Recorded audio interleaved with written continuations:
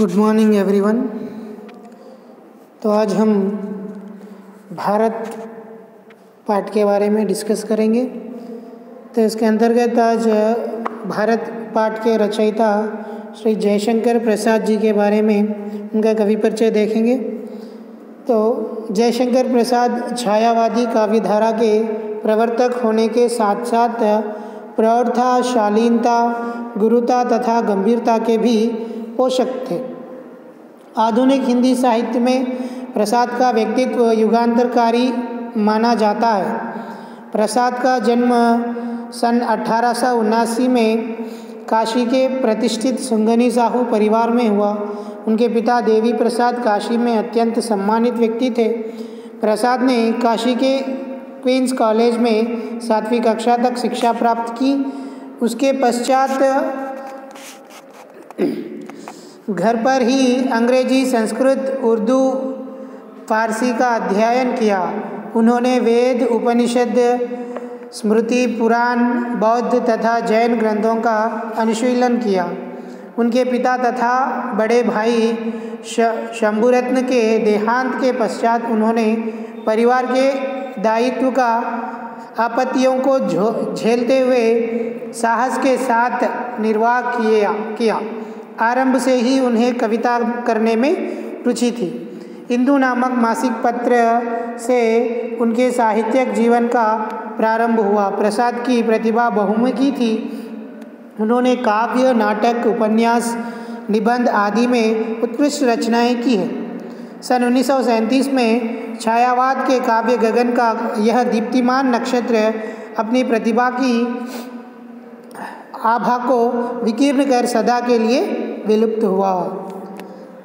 तो प्रसाद जी के बारे में अगर देखेंगे तो प्रसाद जी छायावादी कवियों में, जो छायावाद के जितने भी कवियाँ हैं, रचनाकार हैं, उनके अंतर्गत इनको प्रमुख माना जाता है, इनको प्रवर्तक माना जाता है। तो इनका जन्म 1889 में काशी में हुआ था और एक प्रतिष्ठित परिवार यानी सुंगनी साहू नामक एक प्रतिष्ठित परिवार में इनका जन्म हुआ था। तो बहुत पढ़े लिखे हुए अच्छे खानदान के परिवार में इनका जन्म 1889 में हुआ था और इनके पिता देवी प्रसाद काशी में अत्यंत सम्मानित व्यक्ति थे। बहुत अच्छे माने जाने वाले प्रतिष्ठित लोगों में इनके पिताजी का नाम भी था। पिता देवी प्रसाद को काशी में बहुत बड़ा नाम था, बहुत अच्छे प्रतिष्ठित व्यक्ति थे। तो उनके पिता इतने बड़े महान होने के साथ साथ यहाँ पे इन्होंने कैसे थे कि इनको सब विषयों में, जो आधुनिक साहित्य में, जो रचनाकारों में, इनको ऑलरेडी हम डिस्कस करें कि छायावाद के प्रवर्तक के रूप में मानते हैं बोल के। तो इसलिए यहाँ पे प्रसाद जी ने अपनी बचपन की जो भी बाल्यावस्था की जो भी शिक्षा थी यानी 7वीं कक्षा तक वहाँ पे कहाँ पे पढ़े? क्वींस कॉलेज में काशी में ही 7वीं कक्षा तक पढ़े थे। बाकी का जो भी पढ़ाई था, अभ्यास था, वो घर पर से ही करे थे। घर पर से ही उन्होंने अंग्रेजी, संस्कृत, उर्दू, फारसी का अध्ययन उन्होंने करे थे। और उनके पिता और बड़े भाई की मृत्यु होने के बाद, बड़े भाई शंभुरत्न और इनके पिता का देहांत यानी मृत्यु होने के बाद इनको अपने परिवार को संभालना पड़ा था। बहुत मुश्किलों का सामना करते हुए इन्होंने ही अपने परिवार को संभाला था। बहुत मुश्किलों को झेलते हुए अपने परिवार को संभालना पड़ा था। और इतना होते हुए भी वह अपना धैर्य नहीं छोड़े थे और वहाँ को उनको पहले से ही काव्य में यानी रचनाओं में, कविताओं में उनको रुचि थी। तो पहले हिंदू नामक मासिक पत्रिका से इनका जो भी साहित्यिक जीवन का जो भी आरंभ होना था, ये हिंदू नामक मासिक पत्रिका ही था। यानी पहले शुरुआत हिंदू नामक मासिक पत्रिका में इनकी रचनाएं प्रचुरित होना शुरू हुए थे।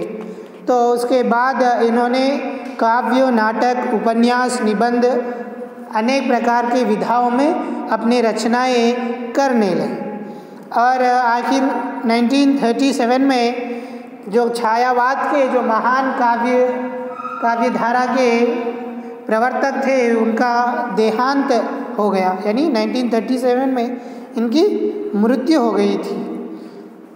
तो इनके रचनाएं हैं काव्य में चित्रधारा, कानून कुसुम, करुणालय, महाराणा का महत्व, प्रेम पथिक, झरना, आंसू, लहर, कामायनी, सज्जन, ये सब नाटक है।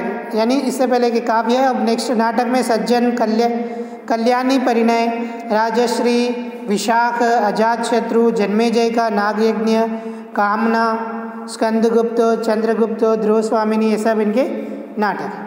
एकांकी में एक गुंठ है, कहानी संग्रह है छाया, प्रतिध्वनि, आकाशद्वीप, आंधी, इंद्रजाल, और उपन्यास कंकाल, तितली, इरावती, निबंध है काव्य कला, और उसके साथ साथ अन्य निबंध भी इनके प्रमुख रचनाएं हैं।